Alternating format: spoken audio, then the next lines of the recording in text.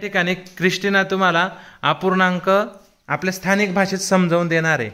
हां, मी तर मराठीत तुम्हाला शिकवलं, पण काहींना जर प्रॉब्लेम वाटत असेल, समजत नसेल, तर आपल्याला आपल्या क्रिस्टिना मॅडम छानपैकी समजावून देणार आहे।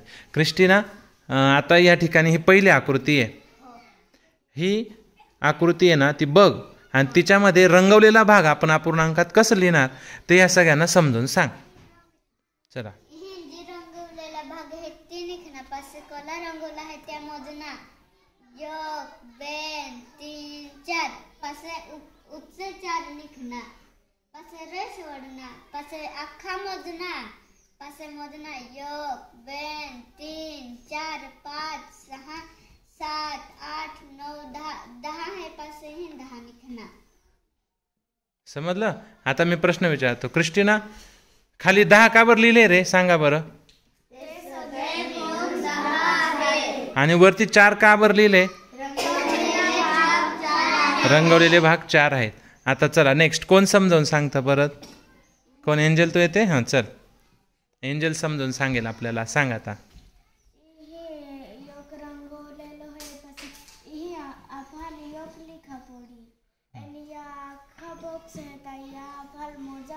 मजा मग बोला।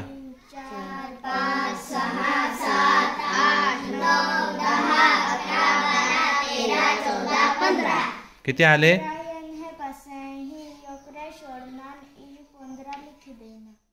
झालं, कळलं? आता तुम्ही मला सांगा, तिने रेषेच्या खाली 15 का लिहिले बरं? हां, आणि तो रेषेच्या वर एकच का बरं लिहिला? बर, मग क्रिस्टिनाने जेव्हा आपल्याला सांगितलं या ठिकाणी इथं तर तिने 4 लिहिले आणि इथं तर एकच लिहिला एंजलने, का बरं असं?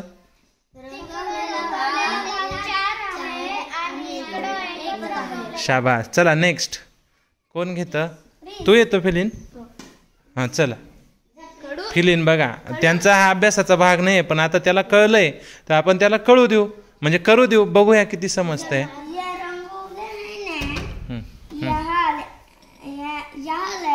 मोजना है 1 2 3 4 लिखा आणि मी होगे मोजना 1 2 3 4 5 6 7 8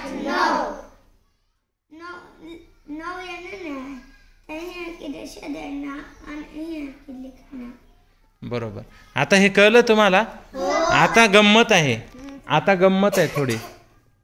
आता तुम्हाला फक्त एवढं समजलं की रेषेच्या वरती काय लिहायचं आणि रेषेच्या खाली काय लिहायचं, पण रेषेच्या वरती जो अंक लिहितो त्याला एक वेगळं नाव आहे, त्याची जी जागा आहे त्या जागेचं एक नाव आहे, त्या जागेचं नाव काय आहे?